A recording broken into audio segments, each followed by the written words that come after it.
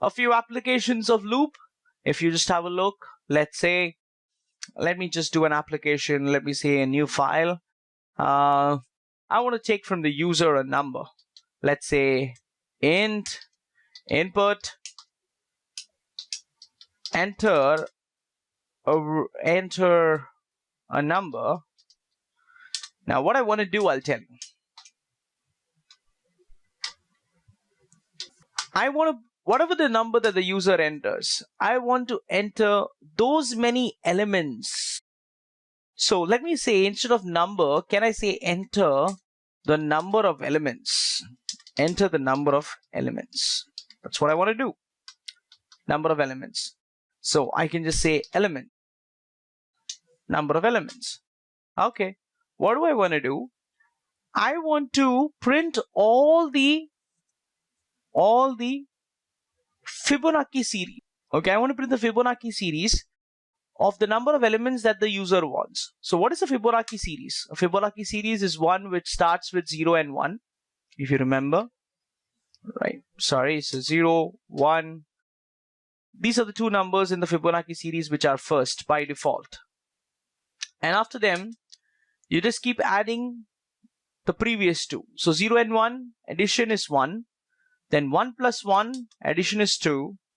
Then 2 plus 1, addition is 3. 3 plus 2, addition is 5. 5 plus 3, addition is 8. 8 plus 5, addition is 13. 13 plus 8, addition is 21, right? 13 plus 8, yeah, 21. And 21 plus 13 is 34. Are these 10 elements? 1, 2, 3, 4, 5, 6, 7, 8, 9, and 10. Yeah, these are 10 elements.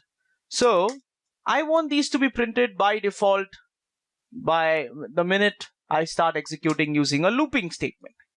How do I do that? First of all, and I want them to be printed one. I don't want them to be printed one after the other or something like that. I don't want, like, 0 to be printed first, then 1 to be printed next line, then 1 to be printed in another line. No, I want them to be printed one after the other. How do I do that? Okay, I can do that by saying, all right, print. First of all, let me declare the previous two values as A and B. So the first two values, 0 and 1, is going to be A and B. So A plus B is going to be this particular value, right? And then I should make the B value as the new A. Why as the new A? Because let's say, for example, okay, I'll just write it here. Let's say this is A and this is B. Now, let's say if this is C, where C is equal to A plus B. But when I have to calculate this 2, that is the next element, when I have to calculate, I need to add these two. Which means I need to make this B as the new A. The value of B, what is the value of B? 1. I should make that as A. And the value of C, which is also 1, I should make it as B. So this 2 will be my new C. Are you able to understand? Right? That is going to be my logic.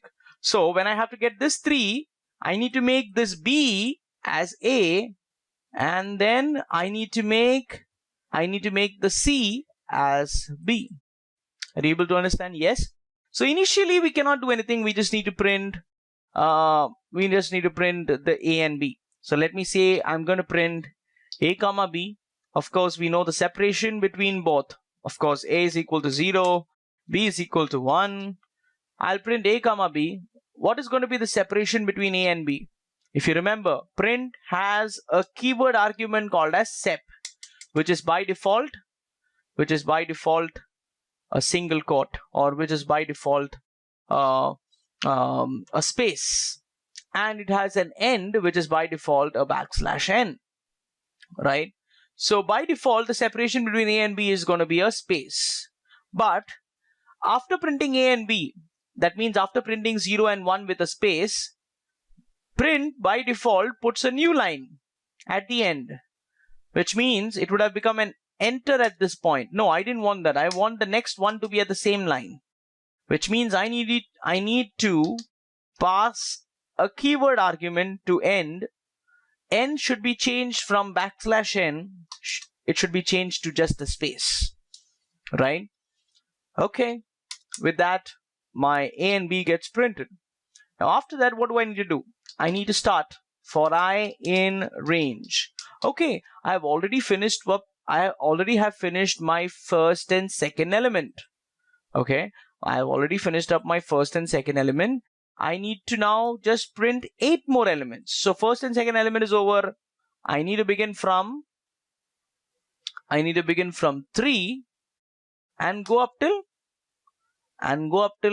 1, 2. I need to go up till 10. So I need to start with my third element and go up till 10.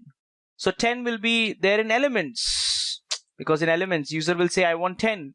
So elements will have 10, but range does not go up till the last value. This is always exclusive, if you remember. So if you want to go up till 10, I should write elements plus 1, right? And all I need to do is, what do I need to do? I need to get C is equal to A plus B, and I need to print C. And after printing C, I should say my B's value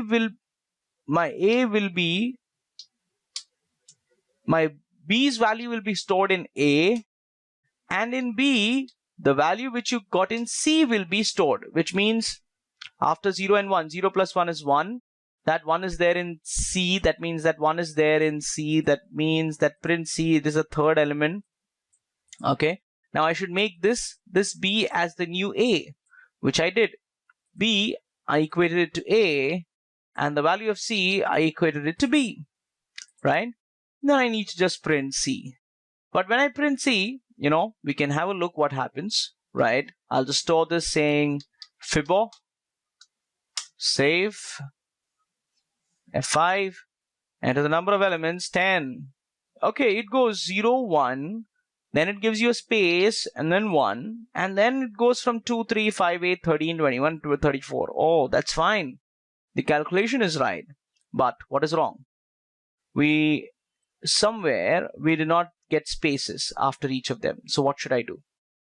I should put spaces by saying sep equal to space. Sep equal to space. With this, enter the number of elements. There we go, 10. Oops, not sep, end. I need to redefine the end after everything, right? Function F5. Okay, enter the number of elements, 10. There they are.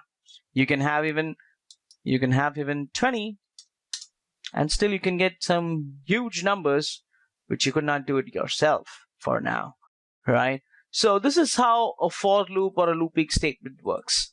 Okay,